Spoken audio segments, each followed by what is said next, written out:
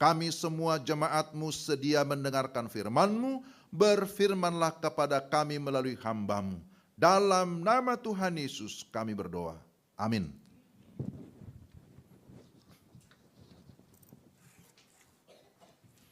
Mari kita membuka Alkitab kita masing-masing. Firman Tuhan dari kitab Keluaran pasal yang ke-17. Keluaran pasal 17 ayat 1 sampai dengan ayat yang ke-7. Keluaran pasal 17 ayat 1 sampai dengan ayat 7 saya akan membacakan dan Bapak Ibu sekalian bisa mengikuti. Keluaran pasal 17, demikian firman Tuhan. Kemudian berangkatlah segenap jemaah Israel dari padang gurun Sin, berjalan dari tempat persinggahan ke tempat persinggahan, sesuai dengan titah Tuhan. Lalu berkemahlah mereka di Rafidim, tetapi di sana tidak ada air untuk diminum bangsa itu. Jadi mulailah mereka itu bertengkar dengan Musa. Kata mereka, berikanlah air kepada kami, supaya kami dapat minum. Tetapi Musa berkata kepada mereka, mengapakah kamu bertengkar dengan aku? Mengapakah kamu mencobai Tuhan? Hauslah bangsa itu akan air di sana. Bersungut-sungutlah bangsa itu kepada Musa dan berkata, mengapa pula engkau memimpin kami keluar dari Mesir untuk membunuh kami, anak-anak kami, dan ternak kami dengan kehausan? Lalu berseru-serulah Musa kepada Tuhan, katanya, apakah yang akan kulakukan kepada bangsa ini? Sebentar lagi mereka akan melempari aku dengan batu. Berfirmanlah Tuhan kepada Musa, berjalanlah di depan bangsa itu, dan bawalah beserta engkau beberapa orang dari antara para tua-tua Israel.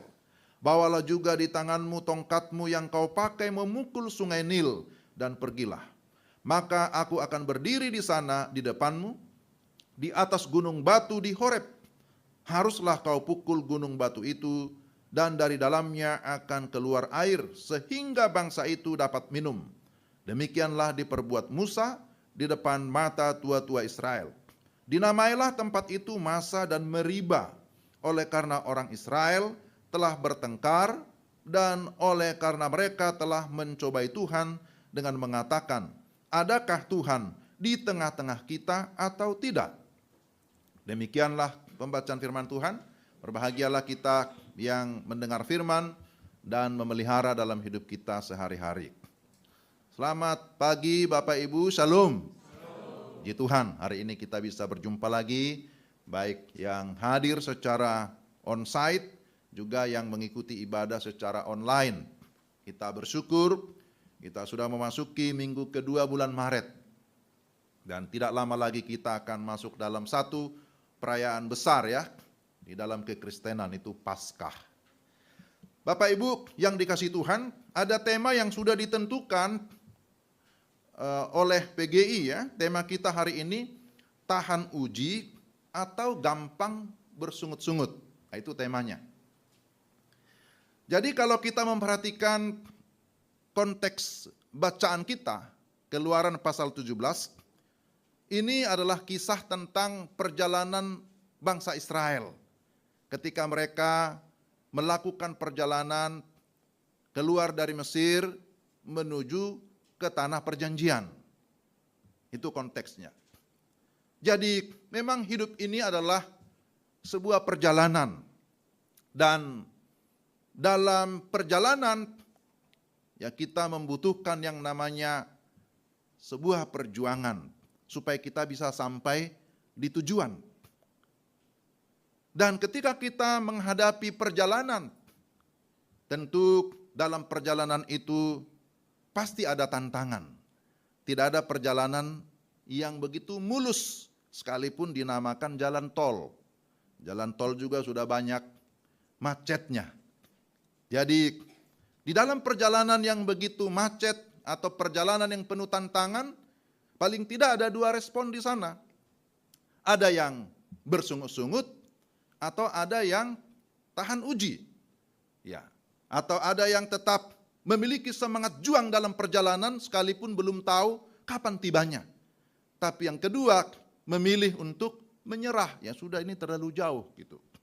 Jadi saya punya pengalaman dahulu waktu masih di Sulawesi, ya saya pernah menyampaikan itu. Mau membuka satu pos di atas satu pegunungan namanya Seko. Ternyata perjalanan ke sana itu tidak mudah. Menempuh perjalanan melewati bukit-bukit, gunung-gunung, perjalanannya 3 hari 2 malam baru sampai. Ya, masih merasa kuat pada saat itu. Tapi ternyata yang pada saat itu kami masih muda, di tengah perjalanan sudah mulai ada keluhan, bertiga ini. Yang satu sudah mulai marah-marah. Ya, apalagi pernah satu kali kami salah jalan, tersesat gitu ya. Sudah jauh, lalu orang berkata jalannya bukan dari sini. Akhirnya balik lagi sambil ngomel-ngomel gitu ya. Marah-marah, kenapa sih kita harus ke sini begitu.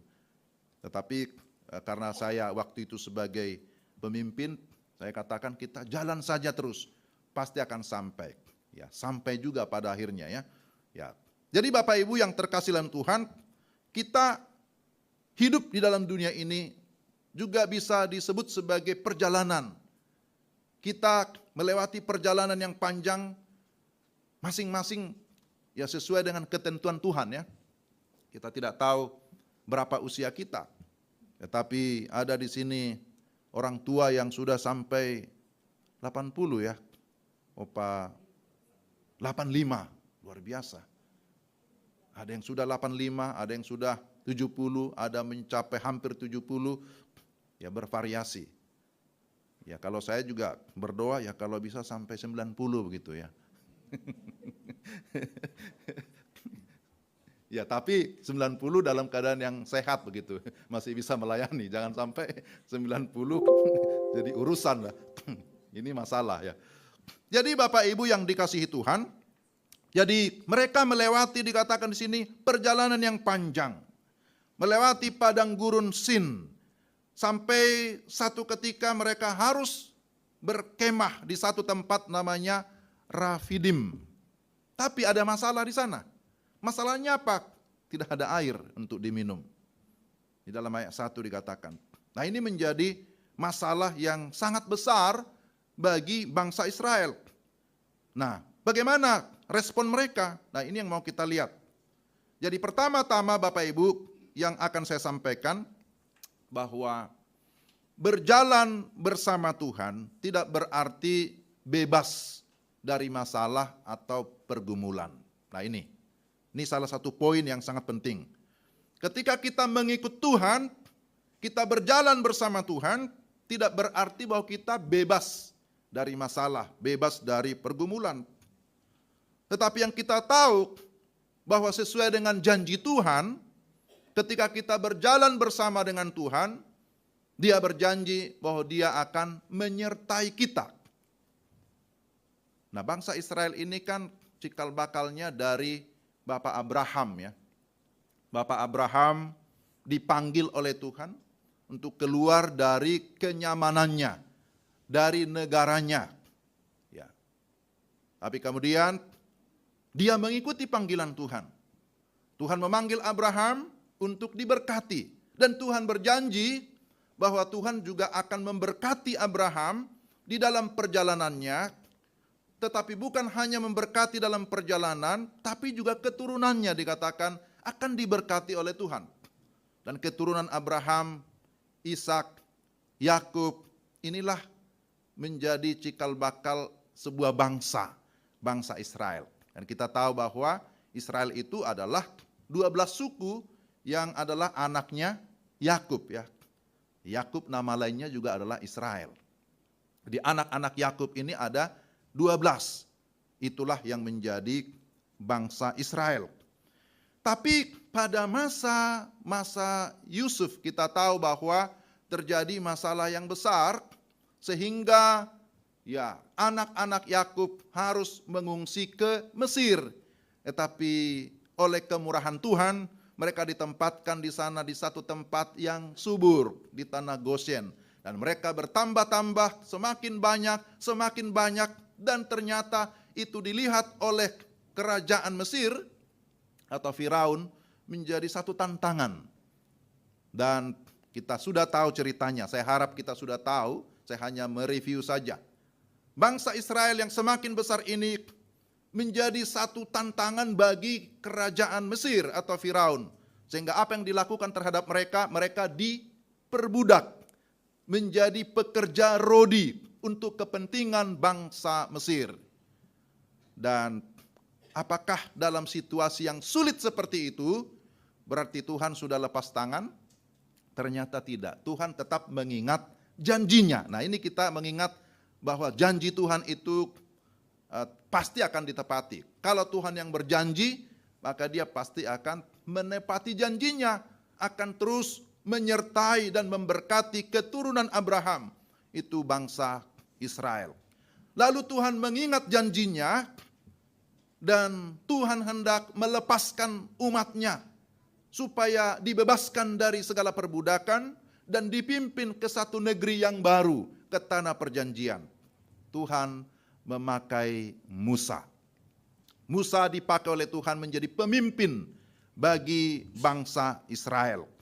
Dan singkat kisahnya, Musa akhirnya ready, bersedia. Sekalipun awalnya banyak sekali alasan-alasan. Tapi akhirnya Musa bersedia dipakai oleh Tuhan memimpin umat Tuhan di dalam perjalanan yang panjang itu. Tapi ketika mereka di padang gurun, ada masalah yang mereka hadapi. Masalah demi masalah, sampai pada akhirnya mereka tiba di tanah perjanjian. Tetapi poinnya di sini Bapak Ibu, bahwa ketika mereka di dalam perjalanan, Tuhan tetap menunjukkan kesetiaannya. Ketika umat Tuhan menghadapi berbagai masalah, berbagai pergumulan, Tuhan selalu hadir tepat pada waktunya Tuhan. Tuhan tidak membiarkan umatnya berjalan sendiri. Tuhan menuntun mereka. Bahkan sejak awal Tuhan sudah berkata, aku akan menuntun engkau pada siang hari dengan adanya tiang awan. Malam hari ada tiang api. Dan itu terus Tuhan nyatakan sebagai bukti penyertaan, bukti kehadiran Tuhan, bukti bahwa Tuhan tidak meninggalkan mereka. Nah, ini kan adalah hal yang luar biasa, bahwa Tuhan tidak hanya berjanji, tetapi dia menepati janjinya. Dan hal yang sama juga ketika kita masuk ke dalam perjanjian baru, itu kembali ditegaskan oleh Tuhan Yesus ya. Bahwa ketika kita menjadi anak-anak Tuhan, menjadi pengikut Kristus, kita melakukan misinya, kita melakukan kehendaknya, maka Yesus berkata, aku akan menyertai engkau senantiasa atau terus menerus. Sampai kapan?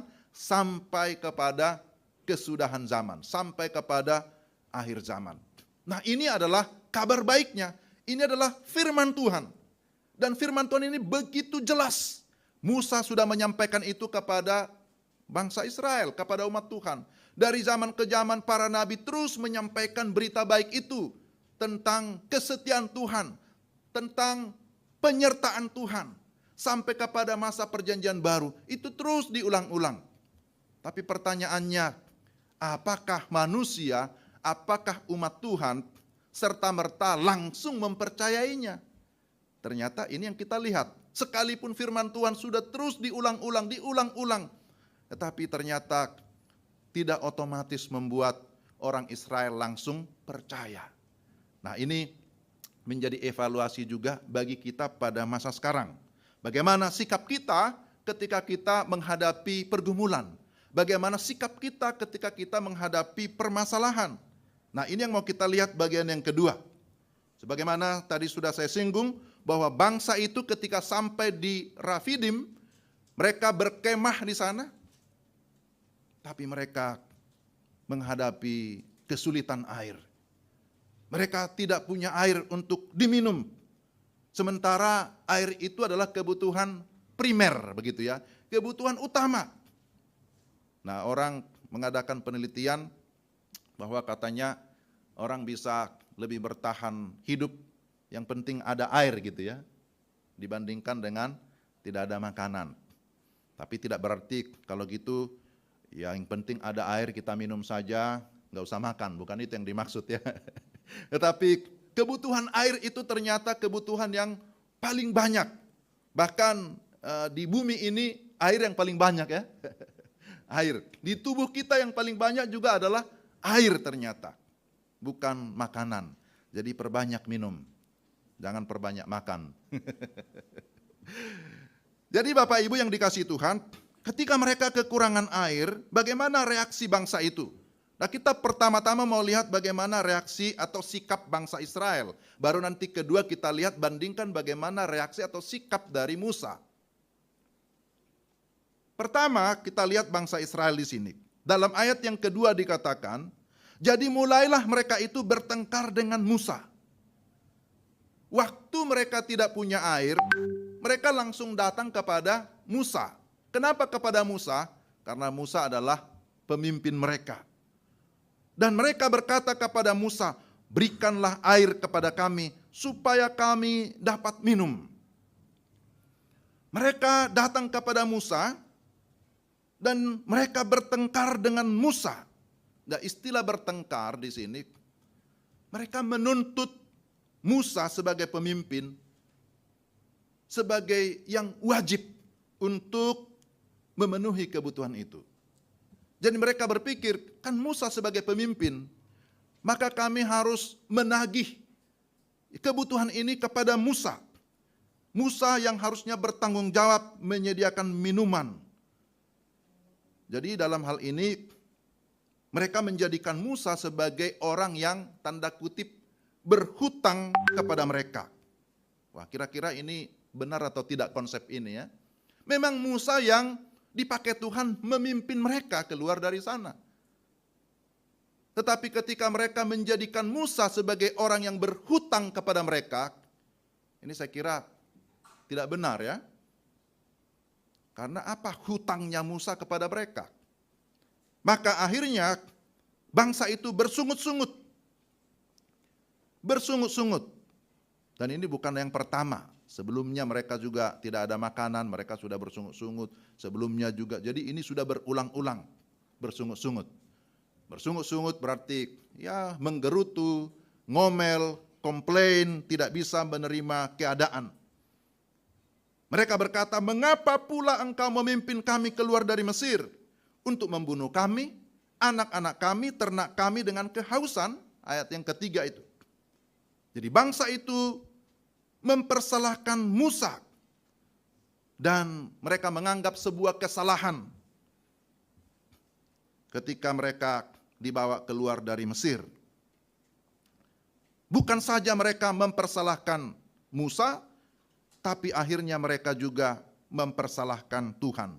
Jadi kita lihat di sini ya, menjadi satu tingkatan orang yang sering bersungut-sungut, kebiasaan bersungut-sungut, ya bukan saja tidak menerima keadaan, tidak menerima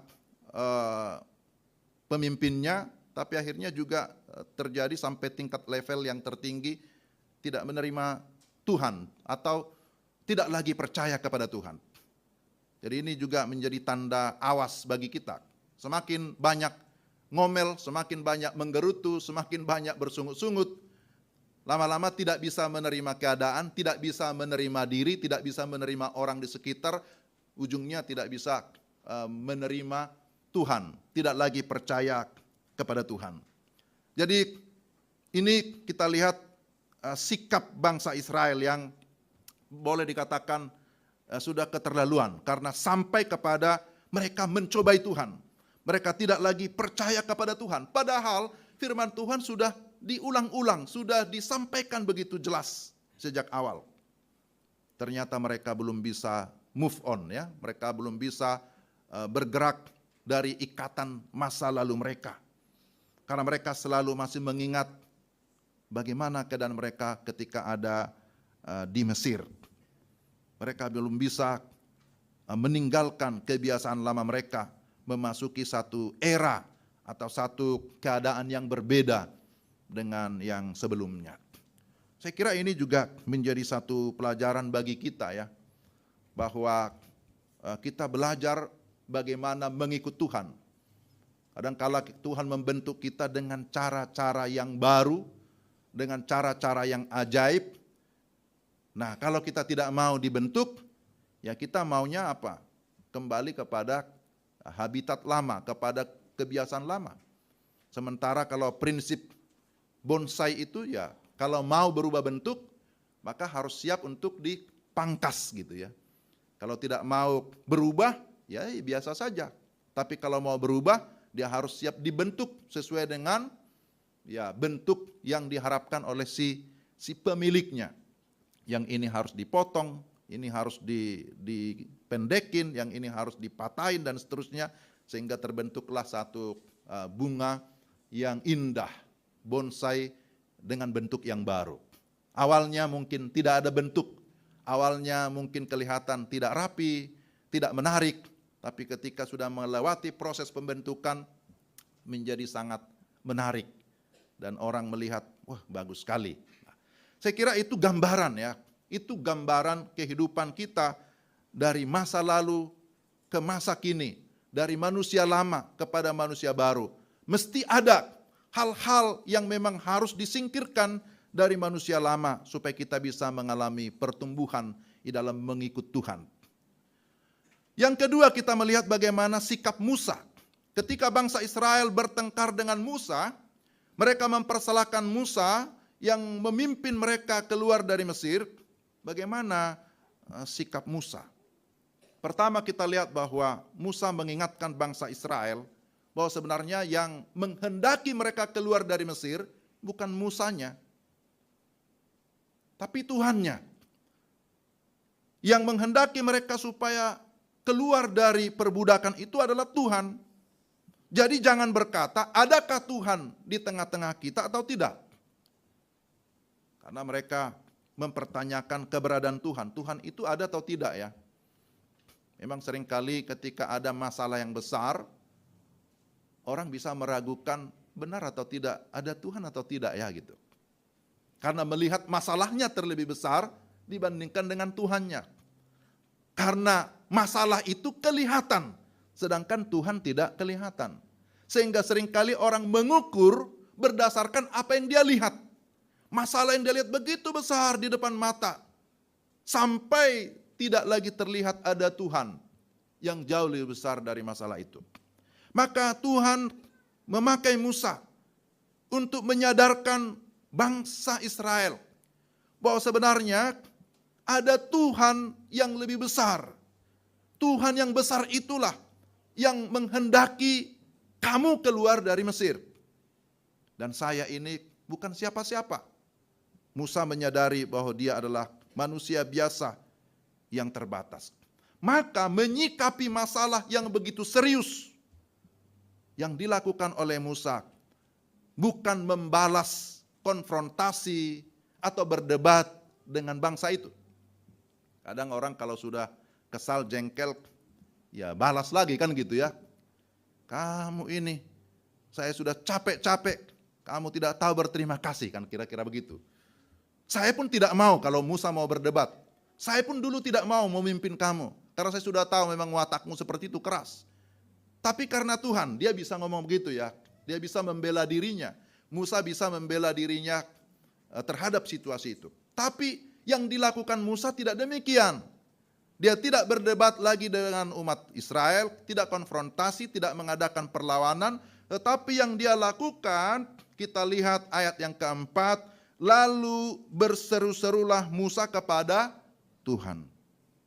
Saya kira ini sikap yang sangat bagus untuk kita teladani. Ketika menghadapi persoalan, maka Musa berseru-seru kepada Tuhan.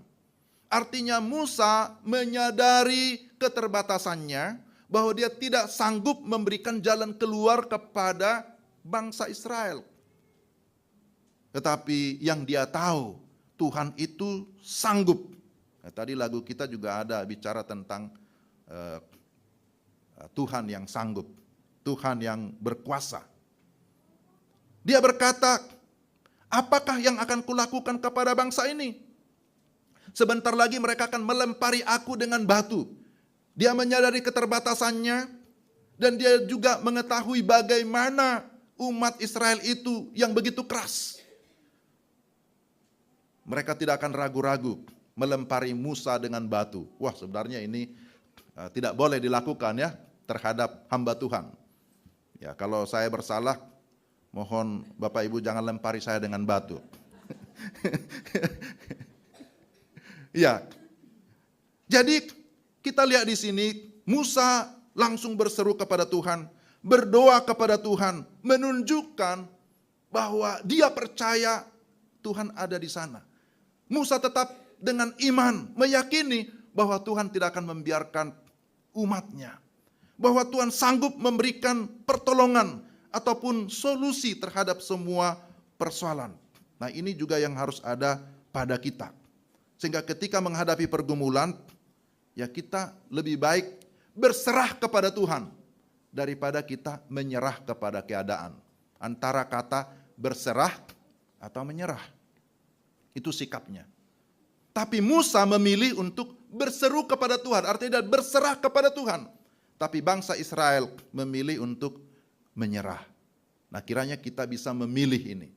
Kita memilih untuk berserah, jangan menyerah terhadap situasi yang terjadi. Kita memilih untuk tetap beriman kepada Tuhan. Karena dengan iman kepada Tuhan, kita menjadi orang-orang yang tahan uji. Dengan iman, kita bisa mengalahkan dunia ini. Dengan iman, kita akan mampu mengalahkan segala keinginan daging kita, keinginan mata kita, bahkan segala keangkuhan kita. Maka ketika situasi itu terjadi, kita lihat di sini, Musa langsung berseru-seru kepada Tuhan, meyakini akan pertolongan Tuhan, memohon akan anugerah Tuhan, memohon pertolongan dari Tuhan atas masalah yang begitu besar. Dan inilah seharusnya yang menjadi sikap kita sebagai orang-orang yang percaya. Jangan ketika ada persoalan, ada pergumulan, langsung menyerah, langsung komplain, langsung bersungut-sungut menyalahkan orang lain sampai kepada menyalahkan Tuhan. Kita seharusnya lebih banyak mendengarkan suara Tuhan daripada suara perut kita ya. Ini kan masalah perut sebenarnya ini, masalah kebutuhan. Kita diarahkan untuk terus berserah kepada Tuhan. Dan yang terakhir, kita melihat ada jawaban Tuhan. Bagaimana jawaban Tuhan? Dalam ayat yang kelima, berfirmanlah Tuhan kepada Musa. Ini Tuhan langsung meresponnya. Ternyata ketika kita berseru kepada Tuhan, Tuhan tidak diam. Dia mendengar. Tapi bukan hanya mendengar. Tuhan langsung bertindak. Berfirmanlah Tuhan kepada Musa, berjalanlah di depan bangsa itu. Dan bawalah beserta engkau beberapa orang dari antara para tua-tua Israel. Bawalah juga di tanganmu tongkatmu yang kau pakai memukul sungai Nil dan pergilah. Itu jawaban dari Tuhan. Dan apa yang dilakukan oleh Musa? Ya, dia menaati apa yang diperintahkan oleh Tuhan. Ketika Musa taat kepada perintah Tuhan, maka Tuhan hadir di sana. Aku akan berdiri di sana di depanmu, di atas gunung batu di Horeb. Lalu kemudian haruslah kau pukul gunung batu itu, dari dalamnya akan keluar air, sehingga bangsa itu dapat makan, dapat minum. Demikianlah diperbuat Musa di depan mata tua-tua Israel. Saudara-saudara yang terkasih dalam Tuhan, Tuhan peduli kepada umatnya. Tuhan tidak membiarkan umatnya kelaparan, kehausan, tetapi sebenarnya yang Tuhan sedang uji adalah iman kita. Apakah kita tetap beriman? Apakah kita tetap bersabar menghadapi segala situasi? Akhirnya kita lihat di sini, bangsa itu dikatakan dapat minum. Bapak Ibu yang dikasihi Tuhan, Musa melakukan apa yang diperintahkan oleh Tuhan di dalam segala ketaatannya. Dan kita memiliki satu rumus ya, prinsip. Di dalam ketaatan akan selalu ada apa? Berkat. Ya, prinsipnya begitu. Iman itu harus membawa kita kepada ketaatan. Nah, kalau kita ngaku sebagai orang beriman, iman harus membawa kita kepada ketaatan. Dan selanjutnya kita harus meyakini bahwa ketika kita memiliki ketaatan, ketaatan itu pasti akan mendatangkan berkat. Nah, itu rumusnya. Jadi tidak bisa terjadi loncatan, kita melewati, ya yang penting saya percaya, tapi tidak taat, enggak bisa. Iman kepada ketaatan, ketaatan mendatangkan berkat. Kalau sudah diberkati, kemudian menjadi saluran berkat. Nah, begitu terus siklusnya. Jadi, Bapak Ibu yang dikasihi Tuhan, Tuhan melakukan mujizat di sana. Tuhan setia kepada perkataannya. Tuhan setia kepada janjinya bahwa Dia pasti akan menyertai, pasti akan memberkati umatnya. Dan ini yang harus kita pegang. Ya. Lalu ayat yang ketujuh, ini menjadi peringatan ya. Dinamailah tempat itu Masa dan Meriba. Ya, Masa itu artinya bertengkar. Meriba itu artinya mencobai. Jadi ini menjadi peringatan. Masa dan Meriba menjadi satu nama mengingat bagaimana Israel bertengkar dengan hamba Tuhan dan bagaimana mereka mencobai Tuhan. Nah, ini dicatat menjadi peringatan supaya kita tidak mengulanginya. Kan begitu ya. Jadi bukan dicatat supaya kita kembali ke sana, tidak.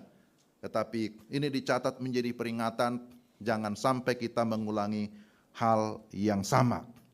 Jadi kesimpulannya apa Bapak Ibu? Kesimpulannya bahwa hidup ini adalah perjalanan. Hidup ini adalah perjalanan, maka kita harus perjuangkan. Bahwa dalam perjalanan ada tantangan, pasti ada. Tetapi bagaimana sikap kita ketika menghadapi tantangan atau pergumulan? Apakah kita tetap dalam iman, tahan uji, atau sebaliknya kita menyerah, bersungut-sungut terhadap situasi itu? Jadi supaya kita tahan uji Bapak Ibu, maka yang harus kita perbanyak itu adalah bagaimana kita bisa bersyukur dalam segala situasi. Nah ini, bersyukur itu menjadi satu modal bagi kita untuk kita bisa bertahan. Orang yang masih mampu bersyukur, masih bertahan, masih mampu bertahan. Lalu kemudian setelah kita banyak bersyukur, itu juga akan mengarahkan kita untuk selalu memandang kepada Tuhan. Karena bersyukur itu arahnya kepada Tuhan. Maka bersyukur dan beriman itu dua hal yang tidak bisa dipisahkan. Menghadapi segala situasi apapun, kita diajar baik dalam perjanjian baru, mengucap syukurlah dalam segala hal. Menghadapi segala situasi, kita diminta untuk tetap percaya kepada Tuhan. Itu unsur iman. Menghadapi segala sesuatu, kita diminta untuk hanya berserah kepada Tuhan. Hanya mengandalkan Tuhan. Dengan meyakini bahwa Dia adalah Tuhan yang maha kuasa. Yang maha besar. Tidak pernah masalah kita lebih besar daripada Tuhan. Tetapi Tuhan selalu lebih besar dari masalah kita. Bahkan dari seluruh kehidupan kita. Maka doa kita haruslah seperti Yohanes Pembaptis. Biarlah Tuhan semakin besar dan aku semakin kecil. Artinya apa? Kita semakin melihat diri kita yang semakin kecil dalam pengertian rendah hati. Dan kita melihat Tuhan kita semakin besar.